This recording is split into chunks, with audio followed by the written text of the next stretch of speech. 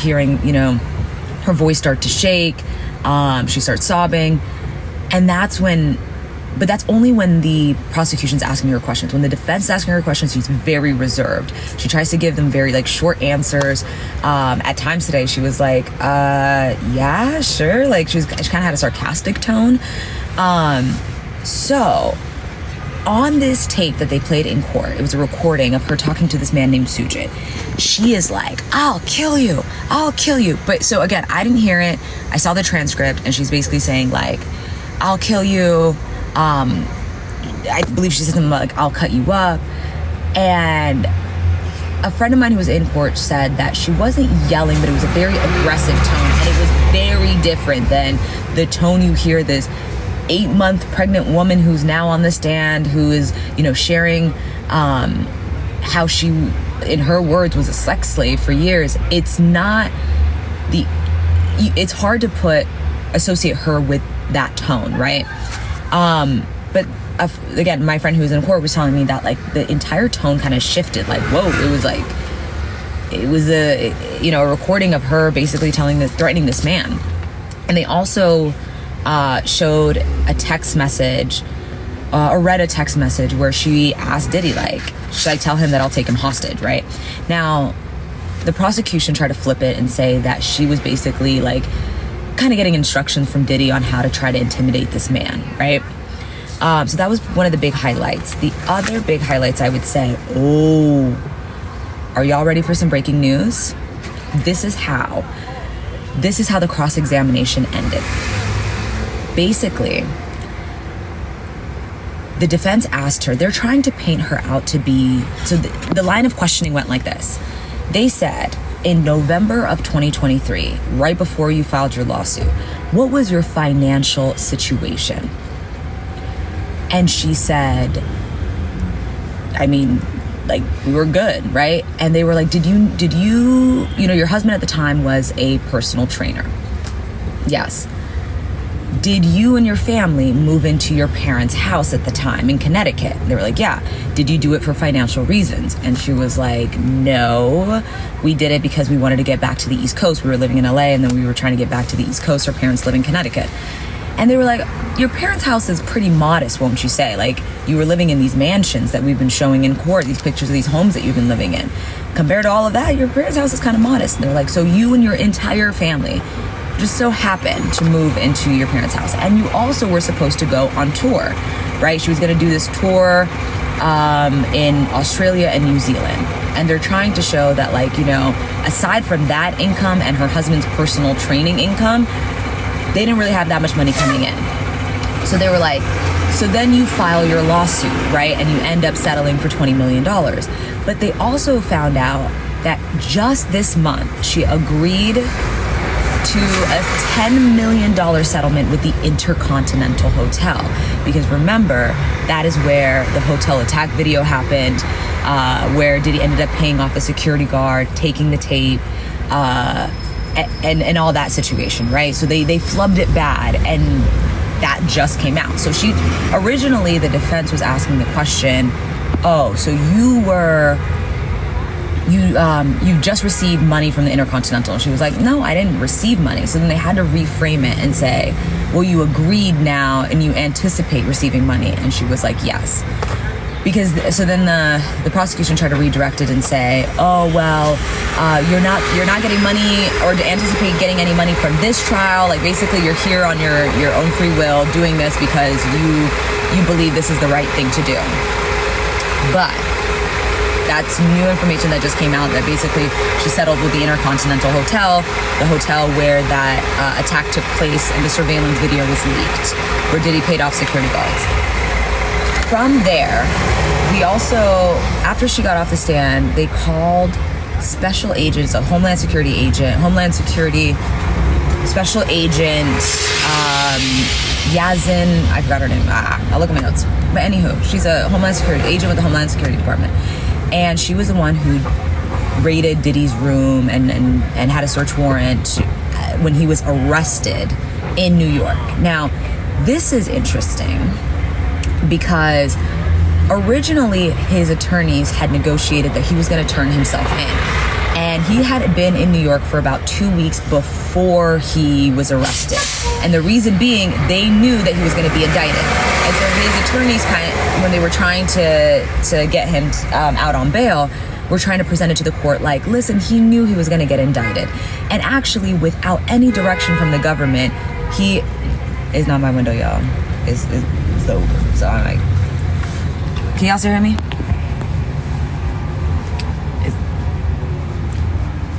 All right.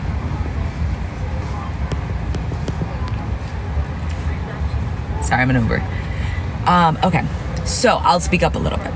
Basically, his defense attorneys tried to argue that when he was trying to get out on bail, listen, like, we were working with the government. We knew you guys were going to indict him. And matter of fact, on our own free will, on his own free will, we instructed him, come to New York so that it's easier for them to arrest you, right? He parked at the Park Hotel, and they told the government where he was, right? I don't know about these. I'll ask in a second. Give me a second. So he parks up at the Intercontinental Hotel. They tried their best to get him to turn himself in because it is very embarrassing, right? He was let out of the hotel in handcuffs. You know, he's this prominent figure. He's a celebrity. They knew it was going to be embarrassing if that was the case. And they even said, like,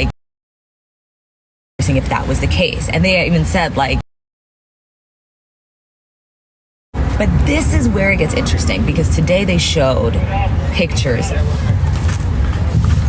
Sorry, y'all. Okay.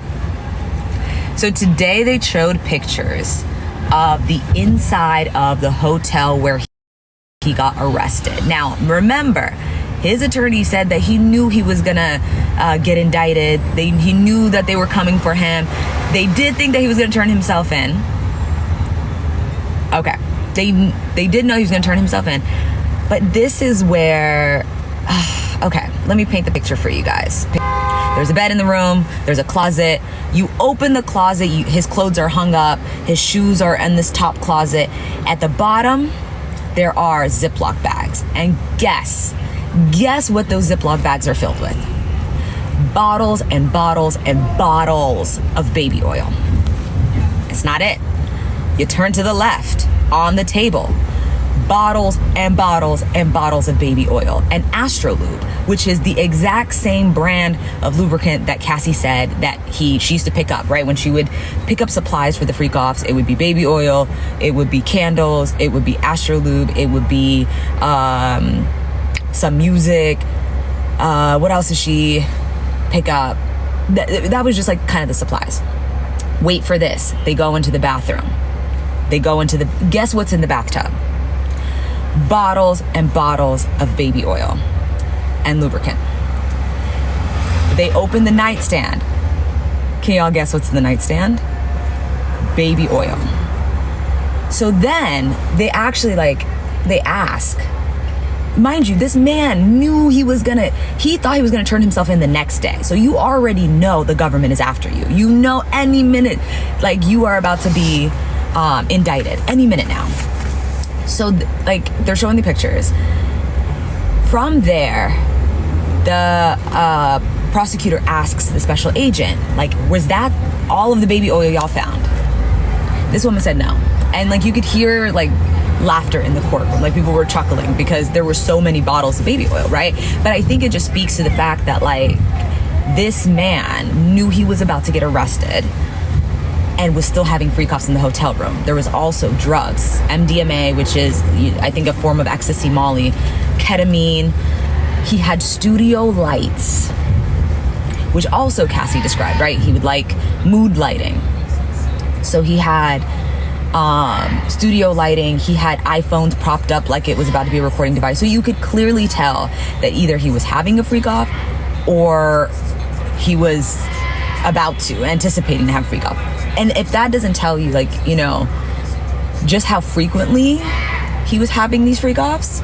And the other thing too is this was to the T exactly how Cassie, when she was testifying, described the scene in the freak offs. And let me give you what I thought was very interesting is in my research, he had an episode with James Corden. He did carpool karaoke with James Corden. And that episode has since been taken down, but I saw an article that at the time was talking about his carpool karaoke episode. And he was like joking with James Corden and was like, oh, this is how you get a lady in the mood. You got to get some mood lighting, change the light bulbs to like red.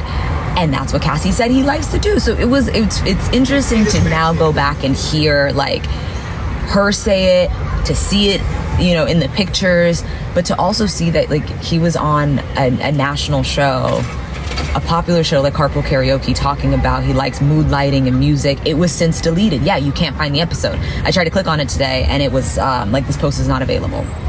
Anywho, another thing that I found that was interesting is I found a tweet from April of 2023 where this is long before Cassie did not file her lawsuits until November of 2023. This man was not under investigation. Nobody was talking about baby oil. There was not even an ounce of suspicion around him. But there was a tweet that's a man who said he worked at a hotel, and he said, he literally, I'll try to pull it up, but he said, Diddy is a freak. I used to work at a hotel and we had to clean up the room after he checked out, and it was so messy that he said baby oil ever. And again, it's consistent with what Cassie was describing, what the prosecution, you know, was trying to prove. They said baby oil everywhere. The room was trashed. Like, we had to charge him for the room. And that is exactly what the prosecution's trying to establish.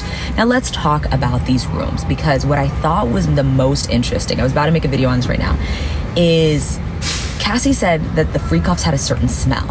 And she really brought us into the room with her, right? Because this is something that she said consumed her life. It would last 2, 3, one of the freak-offs lasted 4 days. This would consume her life, and when she wasn't doing a freak-off, she was recovering from her freak-off, or she was buying supplies for a freak-off, she was getting herself ready for a freak-off. Like, it was her full-time job, she says. She takes us into a room and says, aside from just like the 10 bottles of Johnson & Johnson baby oil, because remember, Costco was like, this ain't us, 10 bottles of large baby oil that would be there. And she was like, we had to constantly put it on. Or Diddy would be like, it's too dry. So like, there would be baby oil on the doorknobs, there would be baby oil on the hotel sheets, there would be baby oil on the curtains, on the furniture. They would destroy these rooms to the point where they had to, yes, he would instruct them to put on more, because she said everyone was glistening. Everyone in the room was glistening. We keep saying more baby oil, more baby oil. And it got to a point where it became like ritualistic. Like, even the male dancer who testified, he was the second witness, Daniel Phillip, even said that like after like the first or second freak off, like, you knew what to do. You knew that you were going to put on baby oil, and that's how it was all going to start, right? So then from there, they would even try to get extra sheets. Like, she said she would call down for extra sheets, so they would try to protect the furniture, because like they would destroy these rooms and get charged like thousands in incidentals. One hotel even said that they damaged it so bad that they had to completely redecorate the room. But he has the money, right? Obviously this man, it was not short on cash. Aside from that, then you had the lubricant. Then there would be urine, body odor, sometimes period blood. Like, it was, the scene that she's describing sounds like a mess. On top of that, you have the smell of Glade candles, she said, to mask the pungent smell. She would buy Glade candles as well. So you got all of that going on. Mind you, these people are in the room for like 2-3 days straight. Nobody is sleeping. But this was his thing. He really liked it. On the flip side, I will say the defense is trying to show that this is just a swinger's lifestyle. Like, he's a rock star, right? They try to even show, like, she said he brought me into his world, right? he brought me into his world. And they were like, yeah, and what world was that, right? A world of traveling, party, celebrities. This man is a rock star, they're basically trying to say. So this is not inconsistent with someone who lives that kind of fast life, who, you know, lived a swinger's life. They went to sex clubs, for example, and they did swinger activities. So they're like, freak offs are just trying to show, are just part of this lifestyle. They're not something unique to Diddy, they're just something that people do. And I will say voyeurism isn't unique to Diddy, but it seemed like what the government is trying to show is like, it got down to like, it was almost like ritualistic. Like there was, everybody knew what to do. And this is part of the RICO charge, is like from assistants to bodyguards to Cassie, like everyone was in on it, right? That's one part of it. What other, let me see what else got today. So we talked about the money.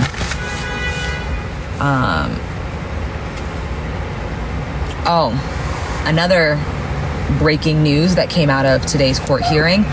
Dawn Richard of Danity Kane is going to testify. So she will be the next witness that's called. And we know this because they were going back and forth. She has her own lawsuit that she filed against Diddy.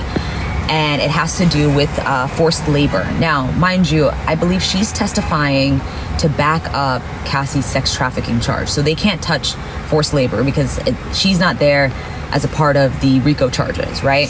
And so they wanted to debate that because Cassie's testimony or cross-examination ended earlier than it should have. It should have lasted until the end of day Friday. It wrapped around like 1 p.m. I want to say 2 p.m. So they were like, oh, there's a possibility that if like the next witness finishes fast, then oh shoot, we need to call Dawn. So then that's how they basically announced that Dawn is going to be. Now I saw several outlets, including Extra that I work for, and People Magazine report that Aubrey O'Day, I can't remember, Aubrey O'Day, I was right the first time, from Danity Kane as well, will testify. That I can't confirm. I mean, they're quoting sources. So somebody said, who's Dawn? Dawn was a member of Danity Kane, which was a group that Diddy put together through his show Making the Band. And so she's going to testify. I'll get this for you guys. So she is going to testify that she witnessed Diddy abusing Cassie, and that she was also witnessed Diddy and his security guards with guns, drugs, and then she's also going to testify that employees that used to work for Diddy threatened her basically to keep silent, right? So this goes back to just, you know, the coercion that they're trying to prove, the violence, the coercion through violence, right? So she's gonna basically testify that she saw Diddy strike Cassie. There have been so many celebrity names dropped, right? It could be just something in passing, like for example, Cassie, in a text message that was shown, Cassie told Diddy, like, you think you're Bruce Willis, you're no Bruce Willis, right? So it could be something as casual as that, or it could be like, I heard you were dating Kid Cudi. They mentioned Chris Brown in court today because they tried to say that, like, I think the defense asked her, oh, didn't Diddy get upset because he saw you dancing with Chris Brown or something along those lines? And she was like, no, we weren't dancing. But again, a lot of celebrity names are coming up. Another name that came up, a lot of names actually, because they were trying to prove that through Diddy, they were saying that Cassie keeps saying that Diddy killed her her career, and that these freak-offs took up so much of her life that she could no longer have a career. And they're like, is that true? Because actually, if you were just some random up-and-coming singer who was not dating, you know, this big-time music executive, one of the biggest men in entertainment, would you have a song with Lil Wayne? Would you have a song with Rick Ross? Would you have a song with Nicki Minaj? And so there's so much